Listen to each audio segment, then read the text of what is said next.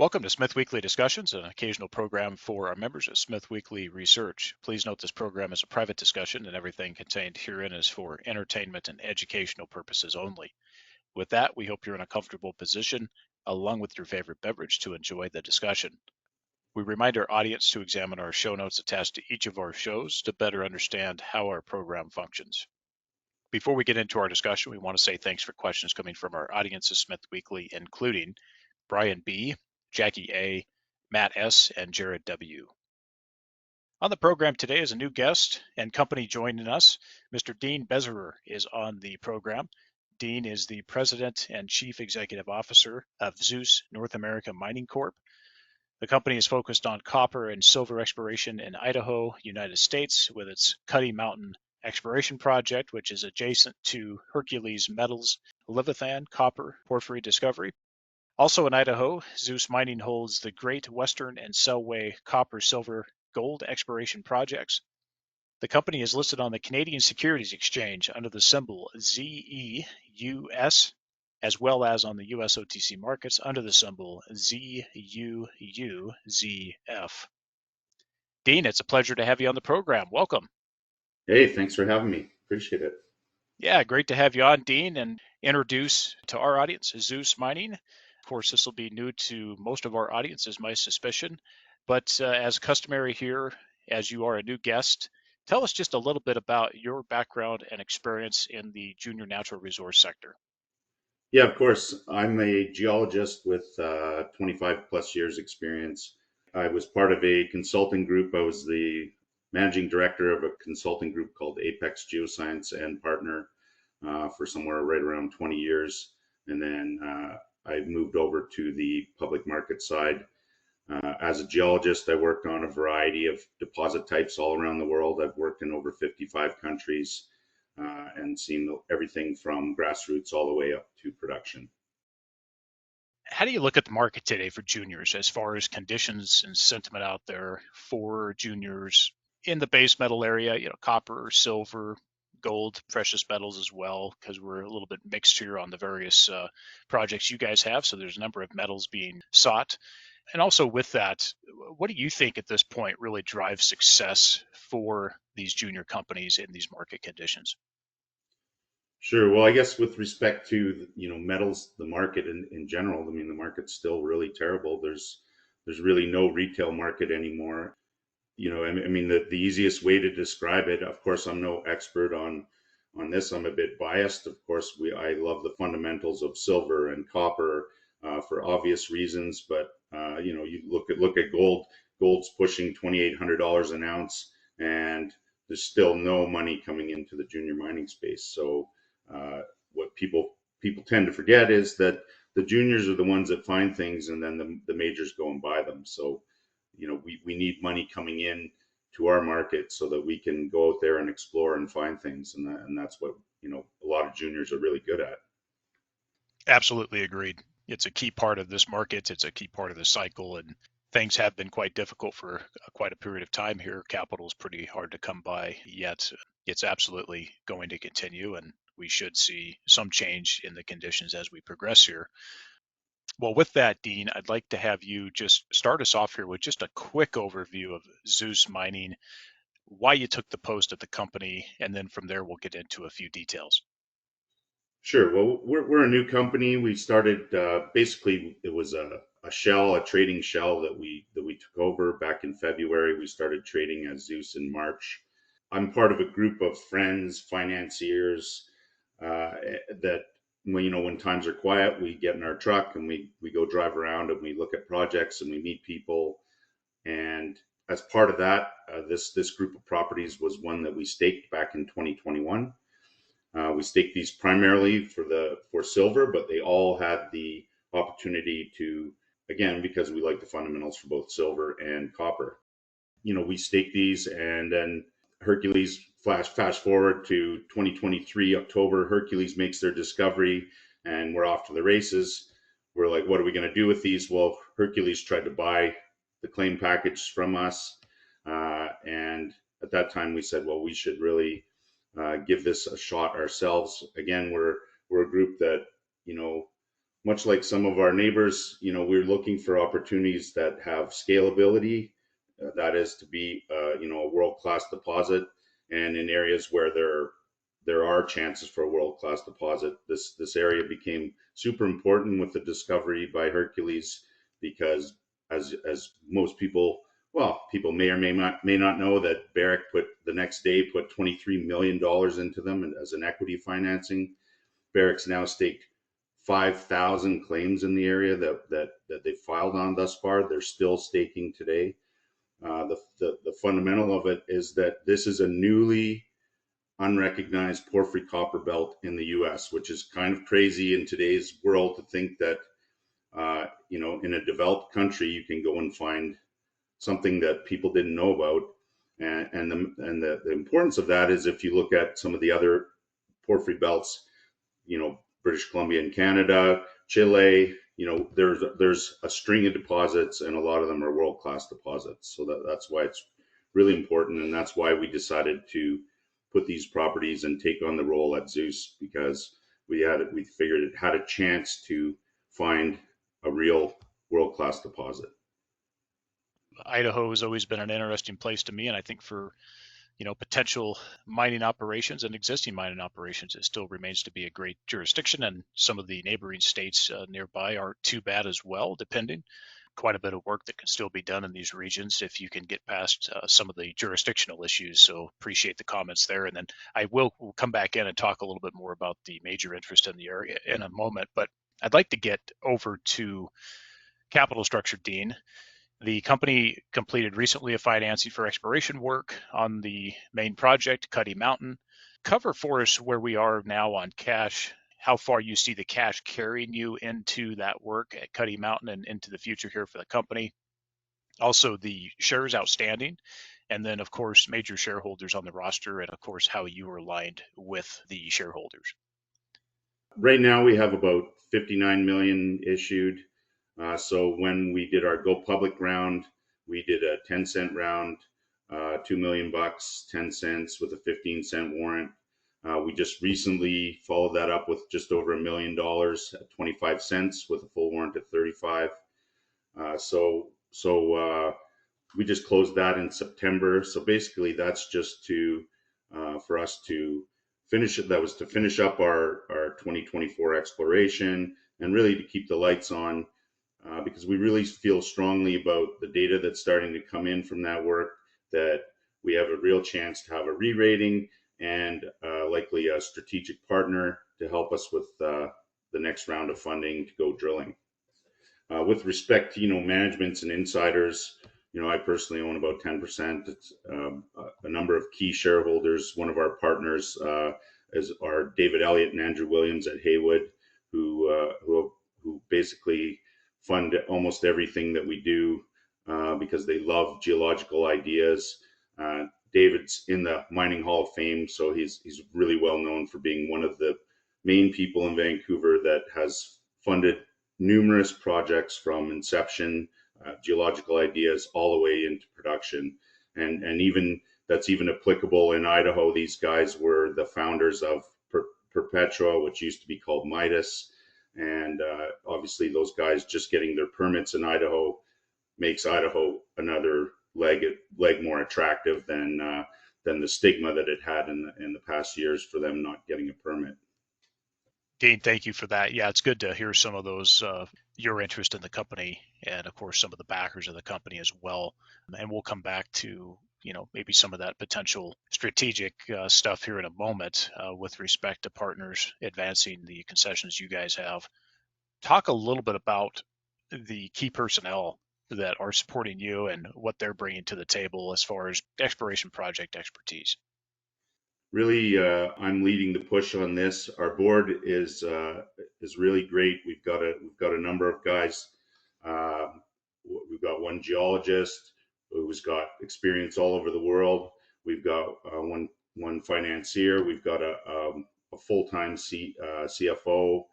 We've got a young entrepreneur on there who's got a number of his own businesses going that are being, one of them that's being bought out right now. So really really great for that.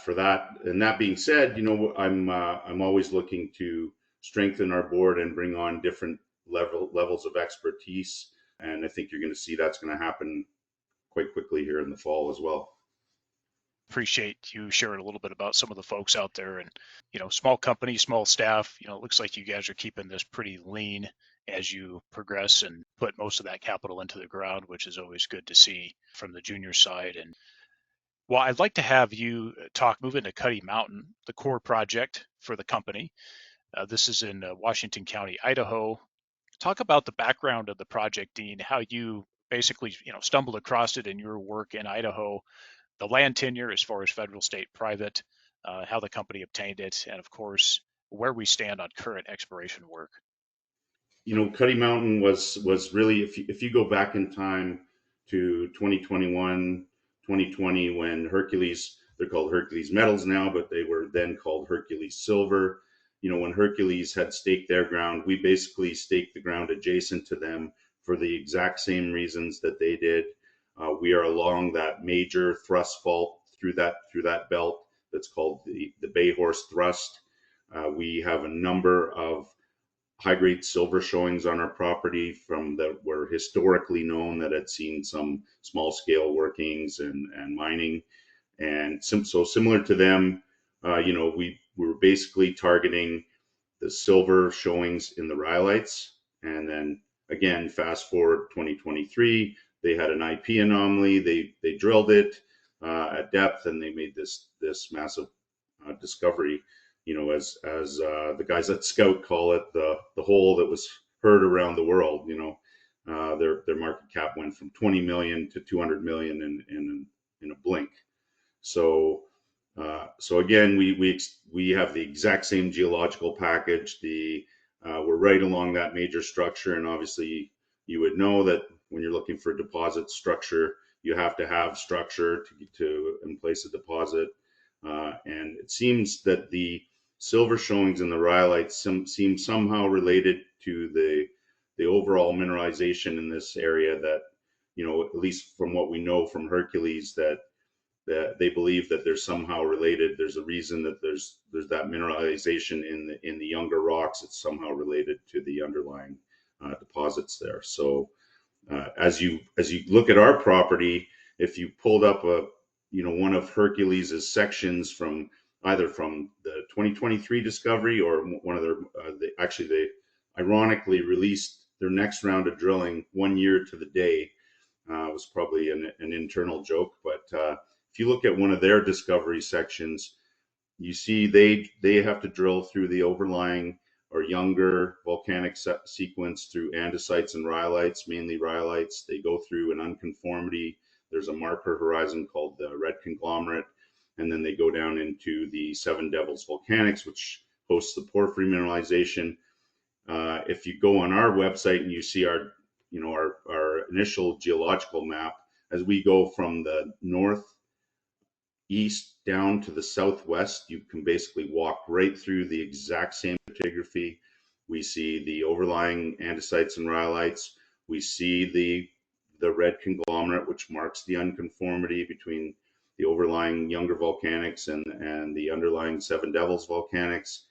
We see they have these pink units on their sections, which are younger quartz porphyries that are mineralized. We see these exposed on our ground as well. So we really know that we are in the exact same stratigraphy in the exact same spot. The beauty about our property is, instead of drilling through 300-400 meters of overlying younger volcanics, we can come down the trails that the old timers used to get to some of these historical silver showings and get very close to the top of the Seven Devils volcanics, and we could be drilling our anomalies, basically cutting the amount of meters we would have to test the porphyry at depth. So that's kind of where we are today. What we did this summer, we basically threw the book at it. I'm an old geologist. I like boots on the ground, so we did everything that Hercules has done in the past and is doing. We did soils, rocks, mapping, ground magnetics, 3D IP survey. So we basically just blanketed the entire property and with that, so that the idea is to integrate that data set and pick drill targets for next year. And that's where we're going to be in the next few weeks. You're going to start to see our results come out. Talk just a little bit more about the area here in terms of, maybe there's a couple peer deposits or maybe even mining projects within Idaho that you can speak to, the type of mining, what size and scale that typically you would see in a place like Idaho that would obviously attract majors. Now, we know for sure that Barrick's already invested in Hercules, but maybe you can speak more to the operational projects that you've seen in Idaho, and just to give our audience a little bit of a context of an attractive project, that this case in Idaho, that maybe there's a project that's already in mind that you could just refer to for our audience. Yeah, the obvious one in Idaho is Thompson Creek. It's a giant open pit. We have all the players in right now in Idaho: Integra, Liberty Gold, Centerra, Revival, Freeman Gold, Perpetua, Hecla, which is a mid-tier mining company. So you have these big deposits. Some of them have been mined in the past; they're getting reopened. Some of them are new deposits. Like for example, Revival was formerly the Bear Track mine. They mined a portion of the oxide gold there. They were going to move over to the Lemhi gold deposit next to mine that. Like I said earlier, I think one of the stigmas with Idaho maybe within the last 5 years was, Perpetua was trying to get their permits through, and they've actually done that. Some people said if they can't do it, nobody's going to be able to ever do it. But obviously that's not true. There are some large scale mines there already that were past producers, and there's some that are going to be in the near future producers. Even as recently as today, Liberty Gold announced their permitting initiatives have started at their Black Pine mine. So, this is a mining friendly state.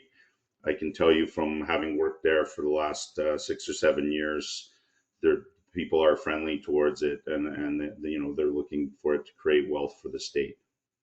Yeah, it's great to hear, Dean. It's good to hear that people in Idaho are still in favor of extractive industries, and that they also realize that extractive industries form absolute backbone for everything that we have today and everything that we use, and industry infrastructure and everything else. So it's highly important, very critical. Glad to hear that some people still understand that. Just with respect to the defining of exploration targets to be tested in 2025, Dean, talk about that. You've covered a little bit of how you guys are determining those targets. The plan is to hit those in 2025, is my understanding. But talk about rough schedule and also what you would expect to accomplish in 2025 to facilitate testing those targets. You guys are probably looking to finance again in 2025 as well to help support that program. But just talk about those logistics. Yeah, we obviously get our data in, integrate it, pick targets. Obviously, we would want in the perfect world, we want to see a 3D IP anomaly showing us that there potentially are sulfides at depth. We want that overlain with a soil anomaly with copper and or moly or both. Specific to Cuddy Mountain.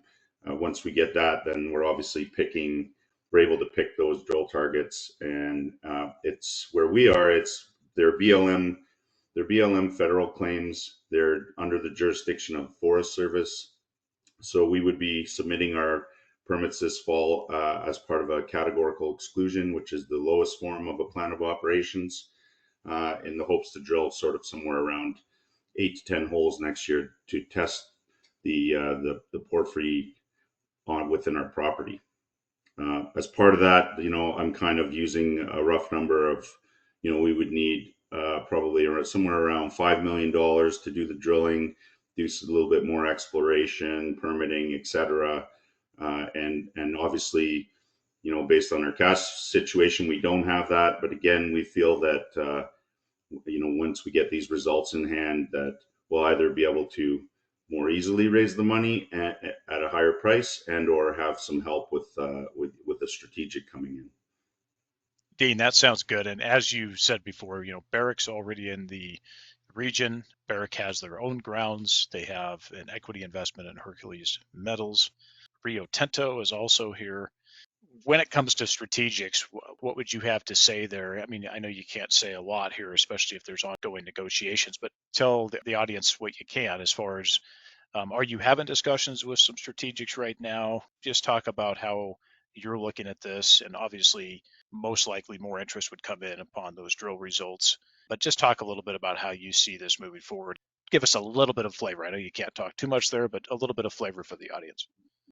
I don't think it's a real secret. I think everybody here has been in the same boat. There's been over somewhere right around 60 kilometers of staking now in this belt. Kind of the players that are around that we've talked to are the obvious ones. We've talked to Barrick, we've talked to Rio, talked to Ivanhoe, we've talked to South 32, we've talked to Antofagasta, we've talked to Teck. So really everybody's had meetings with us, and some of them multiple meetings, and some of them have been out to site already. So we're really no different than Scout and Nev Gold, some of the other junior type guys in the neighborhood.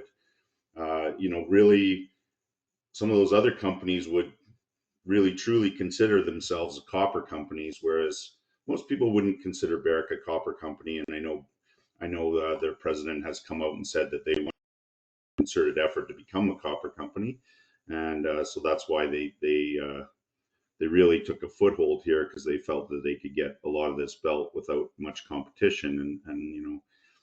But these other guys are really truly copper companies, and I think they would also like to get a foothold here. And there's even talks of maybe some of these guys doing a consolidation of some kind. There's some private land. There's us. There's Scout. There's Nev Gold. There's a bunch of ways that they could do some sort of consolidation play to make it even much more meaningful with respect to the belt all the way along this 60-kilometer strike. I think that demonstrates that there's plenty of interest in the area here, and you have some that are looking to add exposure here as well, besides the incumbents that are there. Definitely interesting to see the activity over the last couple of years in this region, and it's good for you guys to be located where you are. If we can see some good results here come out of the initial testing, that would be exceptional as well, Dean. So I appreciate the thinking on how you guys are looking at this and what you can get done in 2025 here. With this as well, I'd like to have you just touch on the second focus project for the company. You have the Selway project to the north, as well as the Great Western project in eastern Idaho. Cover the status on these projects and any work that is being planned by the company in the near term. Yeah, look, we did preliminary work on these so that I personally could better understand these going forward, what needs to be done. I was personally out there for a couple of weeks this summer. Selway is kind of a gold silver intrusive related vein type deposit. There's some historic workings there, and on surface you don't see much, but from some of the dumps from underground get pretty high grades. And again, that one of the thoughts of thinking is that could be related to a buried porphyry there as well.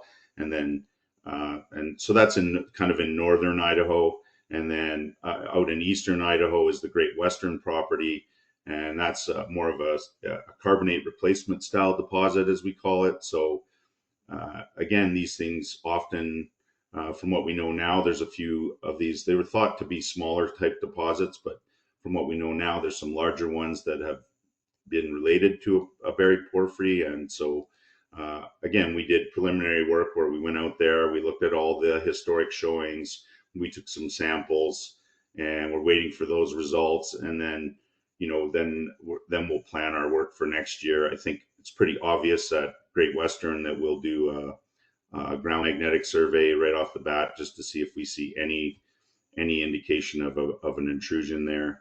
And then with Selway, we'll go out and we'll try to better delineate where these historic workings are. It's quite heavily forested, so we need a little bit more time to get in there and find those old showings and really understand how thick the mineralization is and what the size potential is there. With that as well, you guys do have a project in British Columbia, the Chlor Project. Any plans with that project? Is there plans as far as exploration work, monetization of the project, maybe a joint venture outright sale of the project? What's your thoughts on this project in British Columbia? Yeah, we actually just announced that project's getting spun out into a new company, and that the shareholders of Zeus will all get some shares as part of that spin out, and that'll happen. That'll be finalized by January of 2025. It's been filed now with the exchange, and so that's really that we're really trying to be U.S. focused at this time. So it made sense for us to spin that out, and at least the shareholders get some value out of that when it goes into the new company. Dean, and with that, just talk a little bit more about that in terms of the folks that'll be running that company and what you see for the future of that project with this new company. Talk a little bit about that, and so we can understand that more. Yeah, I mean they're really just using it as a springboard to acquire more properties. So they're going to do a little bit of work there. The CEO is a man named Barry Hartley out of Vancouver, who's he's an accountant, but he's a well known professional CFO for a number of companies who's been fundamental in putting together a number of companies that have gone on to be very significant. So and he's bringing some of his guys with him right now. I think there's just a few placeholders, but he'll be building his board and his property profile as part of that. That's another one we can keep track of, and our audience can check on and do a little bit of their own work on that as well. So I appreciate you covering the current plans there with that project in British Columbia. Dean, just as we look at this, I think we have a pretty good idea here of how you want to run this going forward, but just talk about the overall strategy of the company in terms of this is a company that you guys obviously are seeking some type of large scale discovery. Most likely this is a exploration narrative with a sale to a major or mid-tier company, but just talk about that strategy. It doesn't sound like this is a plan to bring online your own mine and take it from discovery all the way to extraction, but just talk a little bit about how you see the strategy of the company going forward and what you'd like to do with it, the mid to long term, Dean, in terms of, maybe say the next 5 to 7 years. What's your plan to take this company forward and what's your exit strategy? Yeah, I mean the whole reason I came onto the junior mining side is I want to be involved with the discovery. Something on the consulting side, I was involved with lots of really cool discoveries that I just wished I was a bigger part of. So that's really why I moved on to the junior side. And that's one of the reasons we really love this Cuddy Mountain property is because it's to some degree it's very cut and dry. We're going to sort it out within the next 12 months whether we're onto it. If we're onto a major porphyry there, then we'll be off to the races. And as always, as I mentioned before, I'm part of this group of friends and who are financiers and geologists, and we all have different skill sets. That we're always looking at other projects, and we have been as with Zeus as well. So we're looking to grow this into a significant company, and of course we're not mine builders. So at some point in our evolution, we want to find something, make a discovery, and then sell it to a mid-tier or major down the road. I think that's the goal for most juniors, but I think with our track record and a lot of the projects we've been involved with over the years, that's really possible, and that's why we are pretty selective picking some of the assets. They have to have a really strong technical reason. They have to have scalability to be, for something to be, world class. So that it has scale and scope, and that people will pay attention. So over the next 5 years, sorting out Cuddy Mountain, uh, either doing that ourselves or with a partner, and then obviously adding more properties as we go that are significant as well, and really growing it into a company with a significant market cap and significant team. It sounds like you have a pretty strong push here to determine what Cuddy Mountain has in the next 12 months. So I appreciate that. And that's a pretty fast acceleration of a goal. I think that's very good to have. And obviously, with your alignment with shareholders in the company, I think that makes a lot of sense. And hopefully, you guys will have some good success there.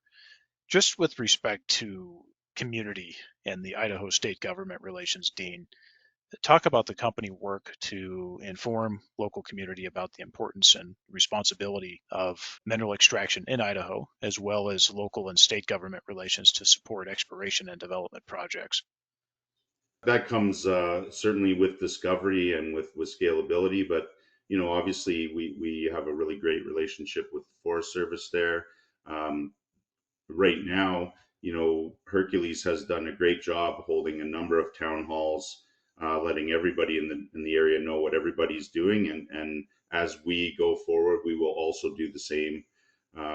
With respect to government, I've just participated in the Idaho mining conference this week. Actually, I just got back into town a few days ago, so we do what we can to support Idaho and to educate people about what we're doing, and obviously keeping first and foremost, our goal to be environmentally friendly and sustainable and all these things that all these things that have given some mining projects stigmas in the past, and so we definitely are cognizant of that and want to be on the forefront of educating people about that. So, and I think in this, at least in the Cuddy Mountain area, at this point, the people are really they're lucky to have also had Barrick come in there and educate them and really make sure that everybody understands, the process of, kind of discovery to feasibility can be 10 years, and permitting can be another 5 or 10 years. So, these some people think that there's going to be a mine there in their backyard tomorrow, but this is likely 15 or 20 years before we actually see some rock coming out of the ground. So people really need to understand the process, that we're at very, very early days here for a lot of these projects, Hercules included. Even though they're a year ahead of us, they're still a very early stage. So um, but yes, that's on the EIA side and the sustainability environmental side, where it's definitely at the forefront of every mining company's now, to make sure that everybody knows what's going on, full disclosure.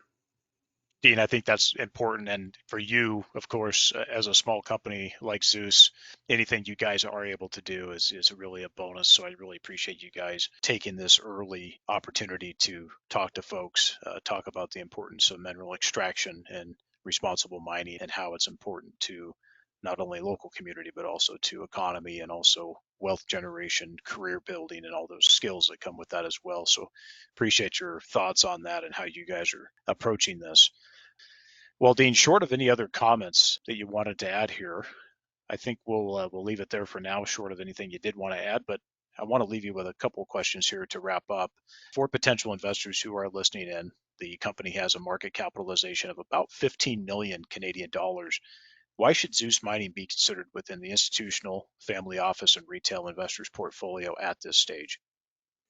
Well, I mean, the reason that people get involved with junior mining companies is because we really have that chance for a re-rating, and if you look at my deck on the website, you'll see that that Hercules slide on there, where where they went basically from exactly where we are today, made a discovery, and their market cap went to over 200 million, and it's sitting somewhere around 160 million today. So you know that's why people get involved with that's why people are excited about discovery. That's why people get involved with juniors, because we are that ability to make a 10 time, or 20 times on your money, which doesn't come around very often. You could have your money in the bank for your entire life and not double it up. So I mean, this is really, we're at the precipice of what could be a major discovery. So I think we're really really good shot to get a significant re-rating. Also, for those interested, what is the best way for them to get in touch with the company? Yeah, everything's on our press releases and website. So either by email or phone. The phone goes directly to our office, where our CFO is, and anything that anybody wants, with respect to technical, they can email the company directly, and we use Kin Communications as our IR communicators, and they definitely are attentive to phone calls, and anything that anybody wants to talk about, they forward to me, and I'm happy to talk to anybody at any time. Dean, thank you for that. Well, really appreciate you taking the time to give us an introduction of the company. We're looking forward to following this in the coming months. And of course, best of luck with the upcoming exploration work as we get into 2025. And we also look forward to having you back in the future to update.